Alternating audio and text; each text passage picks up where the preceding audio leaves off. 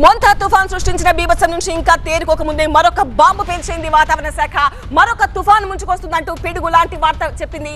బంగాళాఖాతంలో అండమాన్ సమీపంలో ఇవాళ అల్పపీడనం ఏర్పడే అవకాశం ఉందని వాతావరణ శాఖ తెలిపింది. ఇక ఇది పశ్చిమ వాయు దిశగా కదులుతూ సోమవారం రోజు దక్షిణ మధ్య బంగాళాఖాతంలో వాయుగుండంగా మారుతుందని అంచనా.